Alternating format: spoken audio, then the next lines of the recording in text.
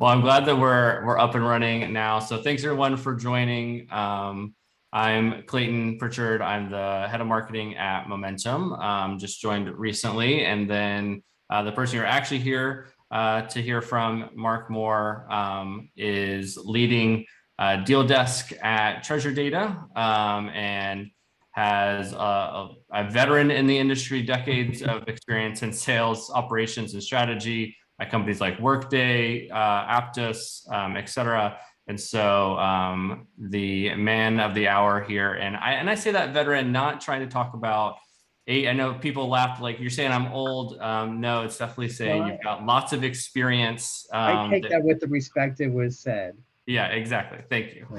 You're welcome. Awesome. Well, let's get it started. Maybe just tell us a little bit on that long career. Like, what would you mind sharing your background, how you got to where you are today as Treasure Data's Senior Director of Global Deal Desk? So I started my career in accounting, worked my way up to assistant controller for a software company about 30 years ago, and was working with the sales organization on post-close audits, doing revenue recognition. And the sales team, I worked really well with the sales team, and they pulled me into their team to help them structure deals proactively versus addressing deals post-close, which was really fun. I mean, I left the accounting very happy, enjoying sales. So, and then that was probably 1997, 98. And such a thing as sales operations didn't really exist. So I became the chief of staff to the VP of sales. I managed all kind of forecasting, metrics, compensation plans, the classic sales operation stuff. And when I went from job to job, they always had to justify what I did. But luckily for me, I followed the same management team. So I followed my same boss in 7 different companies. And she came in running, sales and they would create a role for me. And then pretty soon there was a whole department around sales operations. My passion has always been around the deal working with sales reps on structuring deals, which is where I think my heavy value is. And that became Deal Desk, which has become its own function within sales operations. But I've been doing this for probably 25 years now. So a very long time. Yeah, that makes sense. Early on in your career, like you're saying, there weren't sales operations roles because there weren't as many sales tools. There was no sales operation. We were still combining things in Lotus 1, 2, 3 in those days. Yeah, probably even predates Excel. So it was really more about.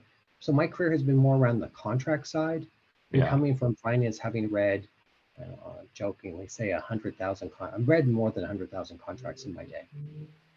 Yeah, and it's probably a longer process back in the day as well. It was fun back in the pre, revenue recognition rules around. I'm probably one of the reasons why the SEC came out with guidelines around revenue recognition. We were very creative in the old days. Yeah. Also, so what advice would you give someone that doesn't have sort of maybe the traditional background for Deal Desk if they're trying to get into the role? I know, like you said, obviously there wasn't a sort of Deal Desk back then, or you didn't start out necessarily even in sort of sales ops, started out more in finance. And so what sort of advice someone earlier in their career or someone who's trying to make a switch into Deal Desk that you would give? I think the important thing is understanding what the company is selling. So if you can put yourself in the customer's seat and look at it from the customer's perspective, you can understand what they're trying to achieve. And I think that really helps you customize what you're doing for the customer. I think you really have to understand what it is that you're selling and why somebody would buy you. And then also the limitations your product platform has. So that way you can understand around, in case there's any contingencies, whether they can be met, you understand the value proposition you're selling, all those things. Yeah, that makes sense. So I think a lot of people look at it more as a tech stack, coming from the Salesforce. We use Salesforce CPQ. I've used Aptus CPQ. I've implemented CPQ, I think, probably 4 to 5 times. I don't know how many times. It's been many times. They're all great tools, but I think you have to look at, Deal Desk as something other than a tool. Yeah. You have to look at it as, kind of the trusted advisor to the sales organization to get anything done. So maybe like for someone who's specifically coming from more of a finance background, how would you the way for them to sort of make that move? I know, for instance, for myself, made switches within marketing and sort of had to take a little bit of let me just sort of lean into this little bit to sort of get my feet wet and be seen sort of, like you said, as a trusted advisor. Is it the same thing that you would suggest for people like maybe that finance the Deal Desk too?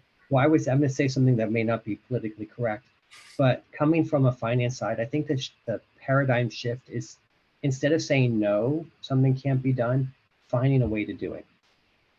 So just being creative. There are so many ways. I mean, I just won't take no. I mean, luckily for me, I come from the finance side. I understand revenue recognition, and I can always find a creative way and say, hey, instead of doing this contingency, can we do it this way? Instead of moving it from termination for convenience, what if we expand cause? And I can get things done by being creative and kind of pushing and not accepting no. And I really don't think my job is ever to say no.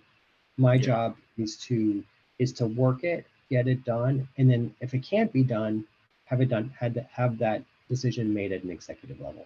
And I have direct access to, the chief accounting officer, chief financial officer, chief, revenue officer. That's where I play with reviewing deals.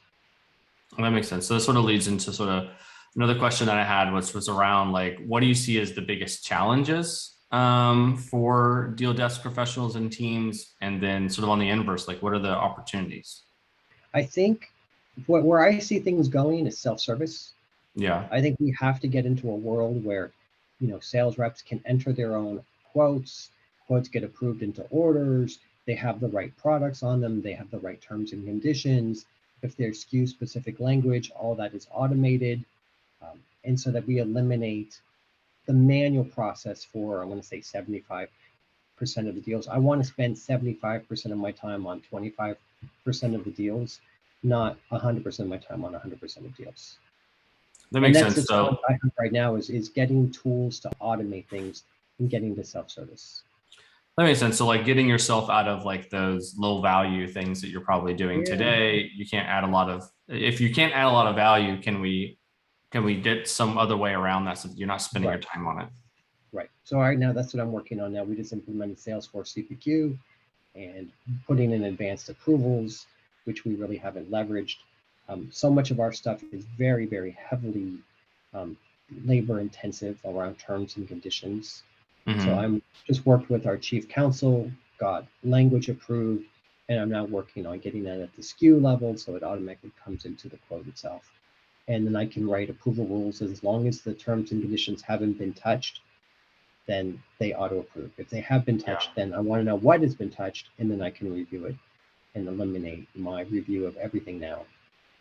So is that sort of what you see as like the big opportunity then, is like, can we, as much as possible, like, so there's a challenge up front, right? To put in that work, huge. To get all that set up, to change the mindset, all of that. But then the opportunity is on the other end that you get to spend more time, like you said, with the important deals and less time doing busy work, basically. Right.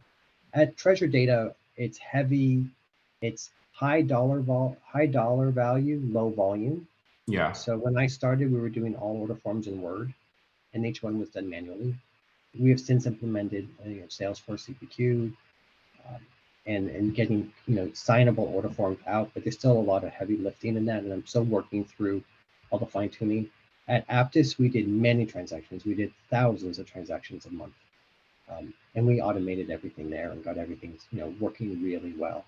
So I know it can be done. I've done it before, and now I'm just kind of in the trenches getting order forms out still, and while I'm trying to automate as much as I can. That makes sense. And without a lot of staff. What are the biggest mistakes then that you see Deal Desk professionals making when they're trying to sort of do these things? Well, I think a lot of Deal Desk people don't get into details of what it is that they sell. I think there's two different ways to deal desk. You either come from the finance side or you come from the technical side. And it's not really either or, it's both. And you have to merge those two. Yeah. I am not the most technical person, but I'm a Salesforce admin. I can go in and add products. I can configure things. I'm probably way more technical than I should be, or that I feel comfortable being. A little dangerous. A little dangerous. Yes, I can. I have way more superpower admin rights than I should. But you know, I would rather go in and add my own products than like work with a person on the IS team to get that done for me. Playing with foreign currency conversion rates and all those things kind of scare me, because the last time they were entered reverse. So instead of multiplying, they were divided. So we were selling things for pennies on the dollar. Yeah, in Japanese yen. It was quite funny when that was before me. So I fixed that. So not your mistake. Not my mistake, but there are a lot of mistakes that can be happening, and it's just fix them.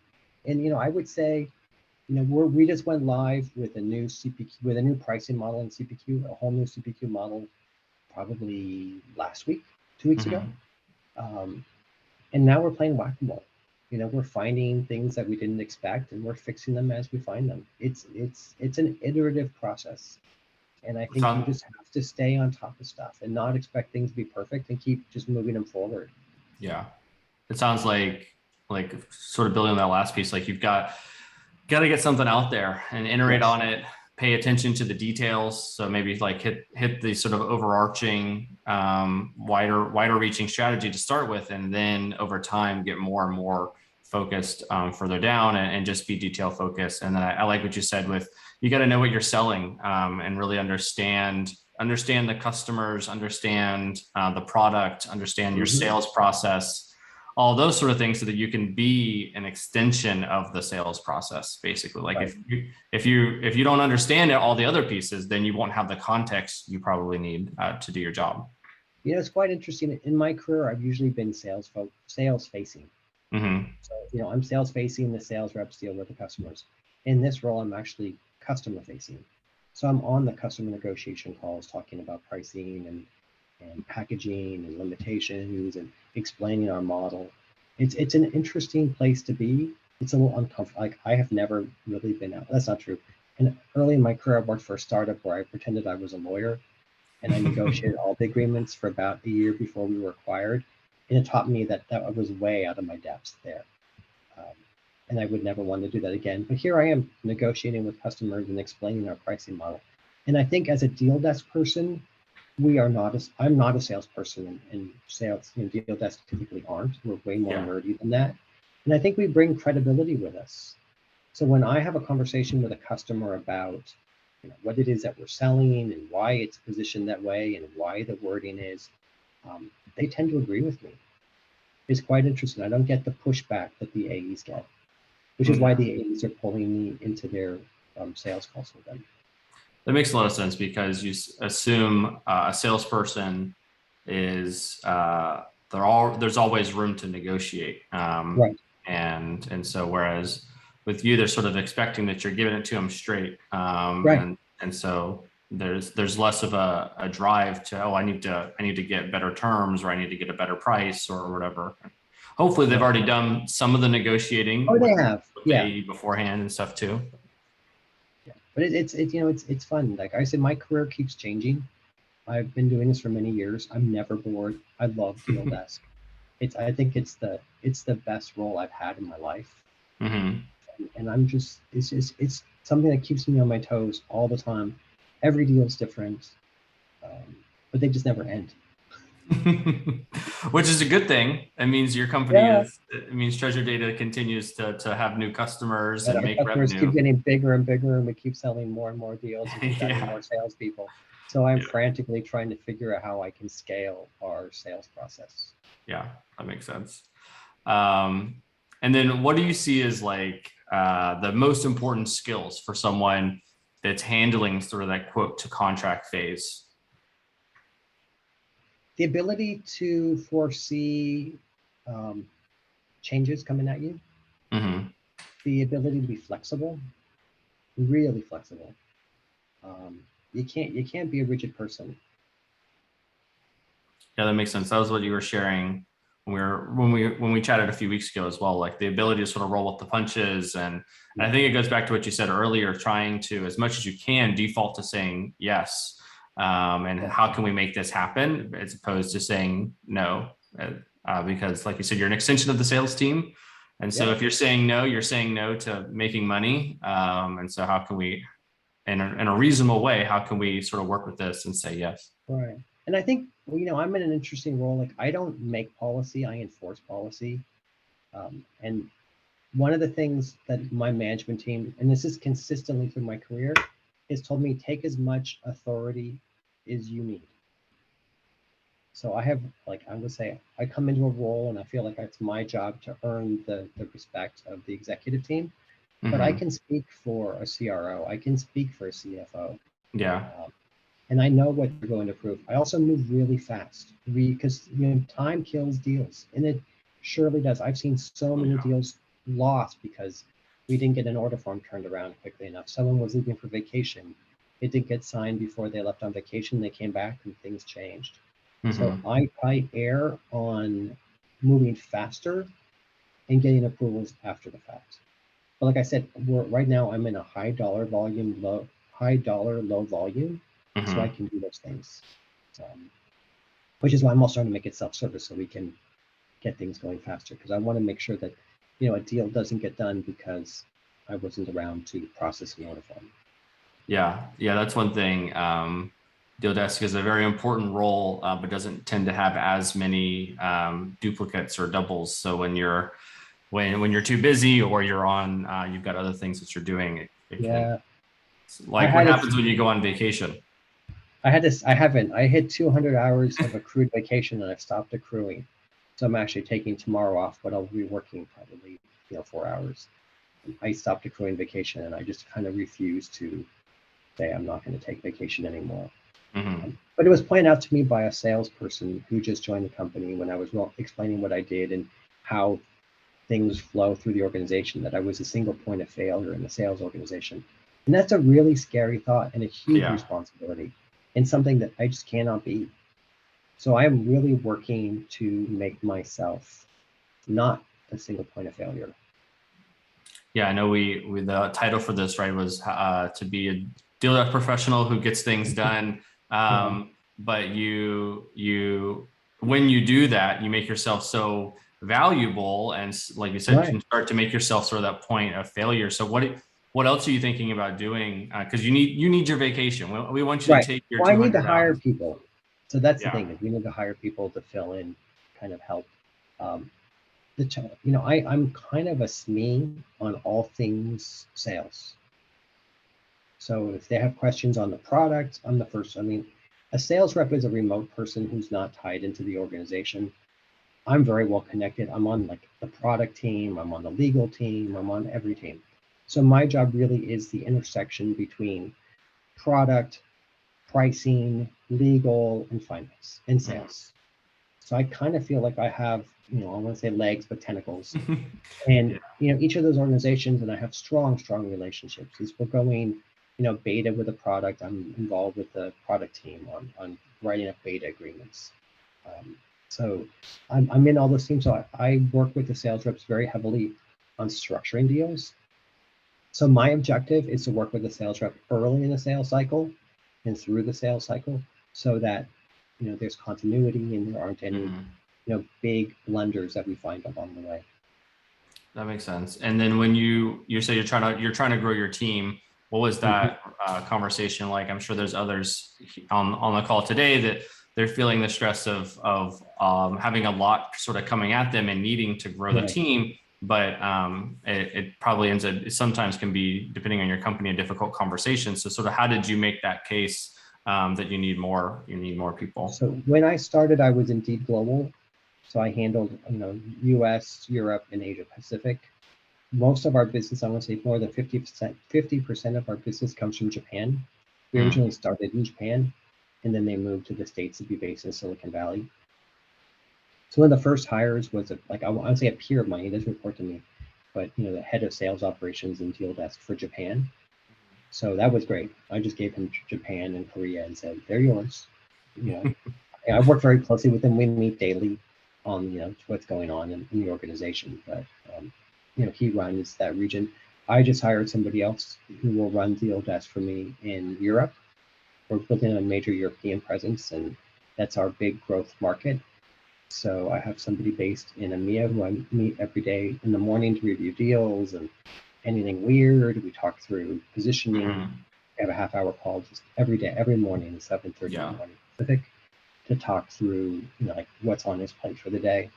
And then I'm also responsible for renewals, which I hope to hire someone for renewals and partner business, because we're also starting a partner resell channel, which will open up a whole bunch of new stuff. So I'm not even looking about that, because partner business where you're having resells, they access your CPQ. Yeah. There's a whole bunch of really fun, creative things you can do through partner channels that I am just got my blinders on. Is like, let me just survive this new product packaging release, new release of CPQ, and I'll deal with that probably in July. So maybe not at Treasure Data, but at other companies, have there been sort of pushback to expanding the team and getting more resources, or is it usually pretty good? I think the value we bring to the sales organization, the sales team acknowledges what we do, and knows that one person can't handle everything. So I've never had a problem expanding the team, because as revenue grows, now I don't think it's a one-to-one correlation between adding salespeople and adding more, I want to say sales operations staff, and specifically deal desk. But I think everybody acknowledges that they do need to scale in some kind of fashion. What's the ratio is there one that you sort of keep in the back of your head as far as how many deal desks to sales reps or number of like deals? It's a hard one to say, because not all deals are created equal. I mean, if you can at Aptus, I reviewed, I don't know, more than 1,000 deals a quarter, and we had our start to end approval cycle time to under 3 hours, which I thought was really impressive. It can be done. I had probably 4 deal desk people at Workday. I was the only person in sales operations when I started at Workday. So I did everything from compensation plans on Salesforce. And then, we built a huge team. When I left, there were probably like 6 people on deal desk. Yeah. And just deal desk specifically. Okay, cool. And then you talked quite a bit about like, and then in our last meeting as well, about like being scrappy and how important that is. And so can you explain like why, where you typically see people not being scrappy enough, like, and sort of why that's so important? Well, like I'm bringing back what I said earlier. My role is not to say no. My role is to find a creative way to do that and push people to do that. Like, I will argue with our chief accounting officer, who I hope respects me as much as I respect her. We have a really good working relationship, although we argue like siblings at times. Because it's like, my job is to push. My job is to get stuff done, and I'm not going to take. No, I will say, if something can't be done, let's say there's termination for convenience and we have to pay back, and like, no, I'm not going to do that. But I'm not going to bring something that I personally have vetted and I think is a good deal for the company, and I just won't take no. And I will, find reasons. I've had arguments with revenue recognition people before, where I escalated to have the conversation with auditors. Had the conversation with auditors, laid out my case, and the auditors agreed with me. So I think, if you do that enough times, you realize you don't have to take no from people. Now, ultimately, it's, I want to say the chief revenue officer's call for deals, and I respect authority, but I will always push back and make sure that my position is heard, and make sure that people understand why I support something, if I support it. And I will never take something up that I haven't vetted. I have been trained well that never take something up to an executive that I personally don't support. Yeah, that makes sense. You need to be able to sort of back it up yourself. The first question you're gonna get is some version of why, and if you can't answer that, then you shouldn't go to bringing it up. So I think that makes sense. And then I think one of the things you've also talked a lot about before when we chatted was if you don't have a great process or system for something, that you might need to sort of, like I said, be sort of scrappy with that. So can you share examples of times when there was no process or no system in place? I have one right now. and sort of what you did, maybe a concrete example there. I'll give you one. I'm working on this today. So we just re-implemented, we have our legacy products, which we sold. We just moved to new packaging. Our new packaging, I don't want to say it's complicated, but I'll say it's complicated. There's a lot of calculations and it's very complex. And we could not get grouping in Salesforce. Grouping is where you have ramps, like year 1, you do something, year 2, you do something, year 3, you do something else.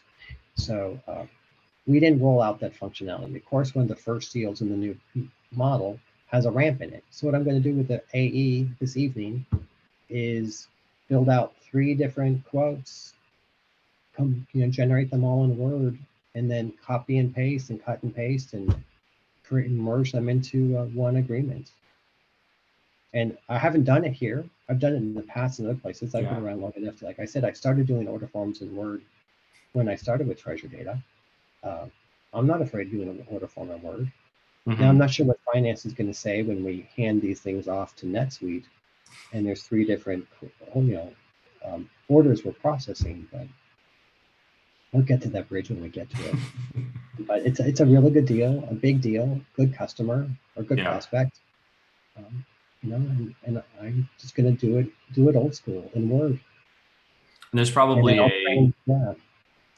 a like internal framework that you keep for like how much this deal is worth sort of being scrappy and going that and like you said sort of before, I'm sure that it differs depending on the company, the age of the company, the number of the deals, the size of the deals that you're usually working, all this sort of thing. And in Workday, the deals were very big. I worked at other places where the deals were very small. So I would say that's not a question pop up of like, how do I tell what's a big deal, what's a good size deal? That's all relative. So for me, for $1 million a year, I'll do anything. For $1 million, I will do all the quote entry. I don't care. But that's a good size deal for us. Other places at Workday, $1 million a year is nothing. So it's all relative.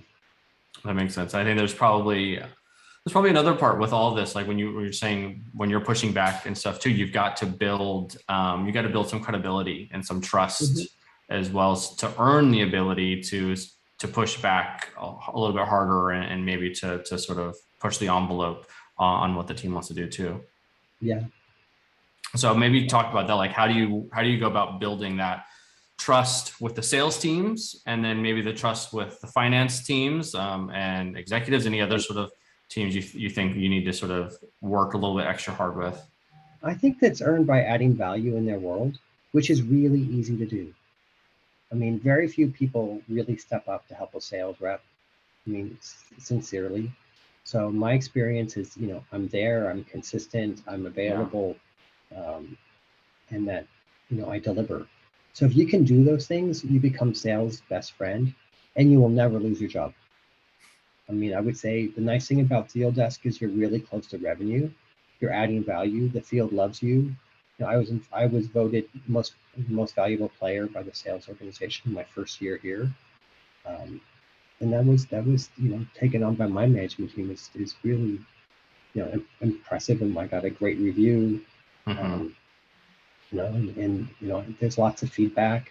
Sales teams will write endorsement emails to executives when you do things. So I would say just deliver. Just be there and do your best. Now, I make mistakes. Everybody makes mistakes. But I try not to overcommit and underdeliver. I know you shared when we chatted before, I think it was that you went to I can't remember what you called the vacation or the dinner or whatever it is for big sales closers, right? Yeah, sales, that's sales club. Yeah, sales club. So yeah, how'd you get that? I think probably everyone understands. Like, I'd love to get a trip that is supposed to be for salespeople. They're fun. Let me tell you, what you want to do is tell your salespeople to bring you. So we, at Aptus, I was invited to sales club every year. I was there. It wasn't part of my company. It wasn't part of my package. it's just the sales organization valued me and nominated me, and they brought me as their guest. Nice. It was all expenses paid at a 5-star resort. It was fun. They're huge. What was your favorite one? My favorite one, it's hard to say. Hopefully none of my friends are on this call. My favorite one was in Maui many, many years ago, which I hosted at the Ritz-Carlton in Kapalua. Awesome. That sounds like a good time. I'm looking at going to Maui, so we'll see. It's a beautiful place. Maybe I'll have to hit you up for some recommendations. Yeah. We'll go back on the deal desk topic, less dreaming of some last one. So we don't have club here, but we're talking about having club. And one of the sales rep, who I don't want to say I have favorites, but he's one of my favorite sales reps here. He told me that he would bring me as his date to the sales club. Nice. If I didn't go on my own. So, nice. So I'm not sure my husband would approve of that. But it would be a friend date. It would be a friend date. Oh yeah, we'd be very good friends. Nice. And so I'd say, sort of as we wrap up before we get to everyone else's questions, what excites you? You've been doing this for a while now, like we shared, seen a lot of things in the space. What excites you most about what's sort of coming next with Deal Desk, sort of the evolution of it? And then, we'll start with that one. Well, I think it's changing constantly. Yeah. So I would say tools have really gotten really, really impressive. We implemented Clary, which is a forecasting tool, which goes out and ranks your deals. So I know which deals have the higher propensity to close. So staying on top of things is way easier today than it was in the past. I would say that CPQ tools have come so far. I own CPQ at Aptus, which was a CPQ company. So I want to say I have maybe not a PhD, but at least a master's on my way to PhD in CPQ. The tools have just become so good around quoting and document generation. And they can do pretty much anything. It's just the ability to think of what you need and getting it built. And is there any others that you're, like any other new technology that you're really excited about? You mentioned Clary. And there's probably a lot that I'm not even aware of. Yeah. That, I would say, and one of the things I've done, which anybody who's looked at my LinkedIn profile, I've changed jobs way too many times. I mean, if you look at my background, I've had 15-month jobs, 15-month jobs, 18-month jobs, 15-month jobs. And, I thought I would be unemployable. But actually, I think it's been tremendously beneficial in my career because each of those 15-month jobs, I've implemented CPQ or implemented CLM or implemented some system. I've seen so many different things. I've been in so many different industries, and I bring all of that with me that I would say, staying in a job for 10 years probably isn't the best thing. And I think I have benefited in my career from having short jobs. Yeah. Which sounds really weird. And I would look at a resume and say, I don't want to hire somebody who's that long, but it's given me a really good talk track in interviews. Yeah, you've had more exposure, different types of deals and things. That makes sense. Plus, I've never had to go out and look for a job.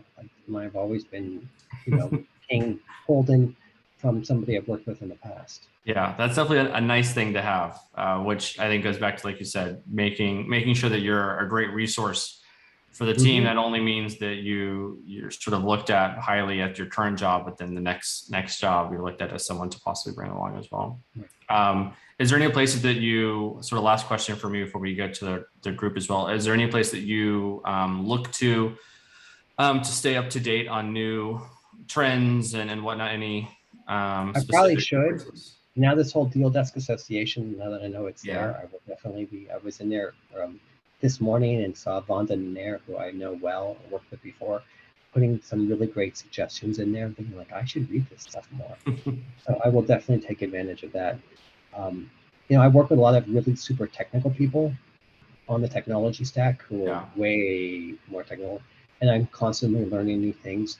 One of the challenges is we only know what we know and we don't know what we don't know.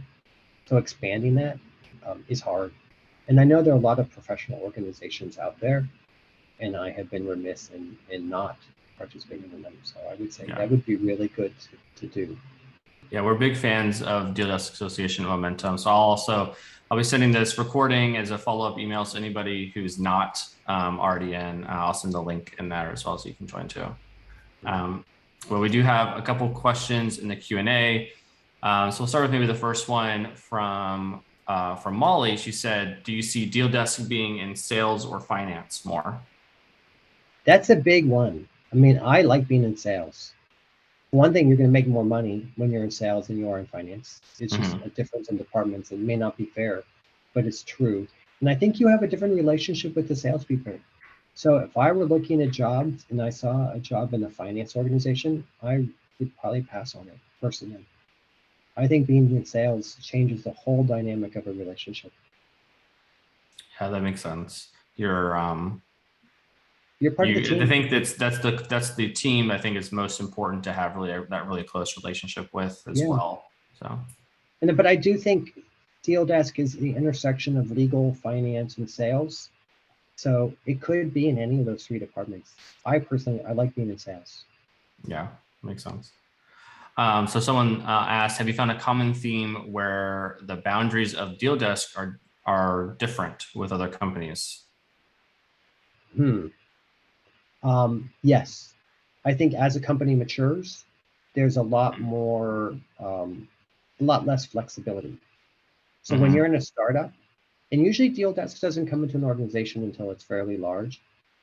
I've been brought in by salespeople into organizations which weren't probably ready for Deal Desk, and they were crazy. I mean, you're doing anything you can to close deals.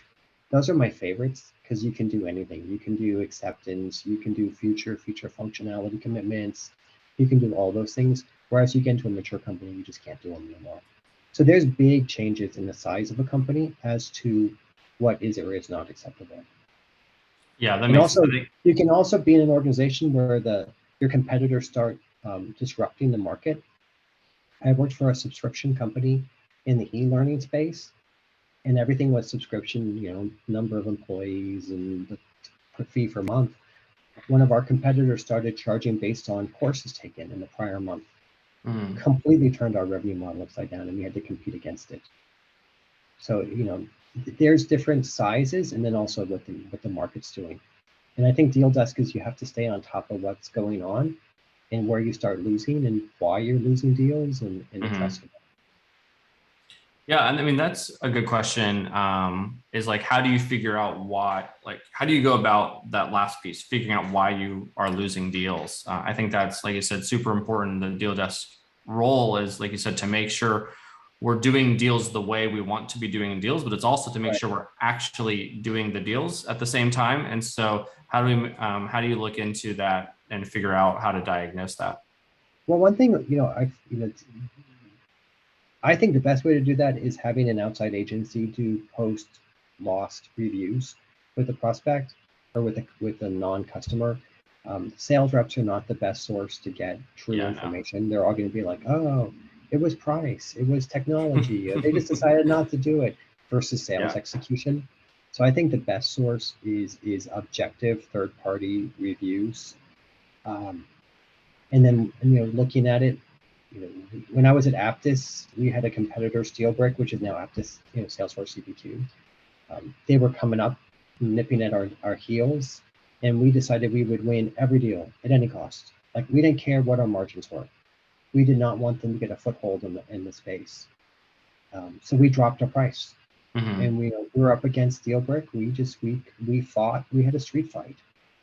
And sold way cheaper, way cheaper than we should have had to. And then Salesforce bought SteelBrick, and we stopped doing it. Like, fine, let Salesforce lose the money. And we stopped competing on price. We decided to let deals go to Salesforce, and the big customers all came back to us within a year. That SteelBrick at that point could not do what we could do. They went the wrong way, and they came back and they paid a premium for it. So it depends. I mean, so I would say you have to be. Anyway, I went down a path. I'm not even sure how I got there. But, No, I think it's like you were saying, you need basically, I see the same on the marketing side too. You need to take what the sales reps say with a grain of salt. Yes. And there's some sales reps that they think they're going to win every single deal, and they think Right. the deal is going to be $1 million when it's probably more like 50 grand or something. Yeah. Because and you know who they are. I mean, the possibility, yeah. Yeah. And I also would say, I also want to track where we are against competitors, and where we end up pricing, and who your competitors are at the low end. And if we're just providing a basic function and they're not using the full breadth of our solution, I'll go cheap if I have to win. Yeah, that makes sense. And then the last question we already answered, which I think was related to this, is like, what's a good deal? And it goes back to, like you said, depends on your size of your company, size of the deals that you have in, how many deals you're working, all of those sort of things. So it'll change as your company grows. 10K deal might be a great deal the first at the beginning, the first year or two in business, and then now 10K deals are peanuts, and all we care about are 50K deals or whatever, maybe above. And that's been everywhere. When I was at Workday, we were really small. I was there pre-IPO when we were still explaining what SaaS was. And deals were small, and we had to fight to get them. As they got bigger, as we got bigger and got more customers, the deals got much bigger, and we didn't have to discount. Same thing at Aptus. It was fun growth. Well, that's it on the questions we have now. I'll give everybody a minute, maybe a couple seconds here to put in any more questions, either in the chat or in the Q&A. Both are good. And then if not, like I said, I'll send everything out to everyone. So I'll just give everyone a minute. Well, thank you, Clayton. This has been fun. Yeah, it's been good. I had planned to do some preparation for this. I've just been in meetings all day. No, you're good. You did great. You're I think your experience and everything, and your willingness to share that's your enough prep for today. Thank you. Well, thank you everyone for joining. Obviously, thank you so much, Mark, for being here and sharing with everyone. Like I said, I'll share the recording hopefully tomorrow. If not tomorrow, definitely on Monday with everyone. So you will have that even if you were here, or maybe you weren't here for the whole thing. And then feel free to reach out to myself, or I'm sure Mark be open as well if you have follow-up questions too. If you have questions, LinkedIn works really well. Awesome. Thanks, Mark. See ya. Thank you. Okay.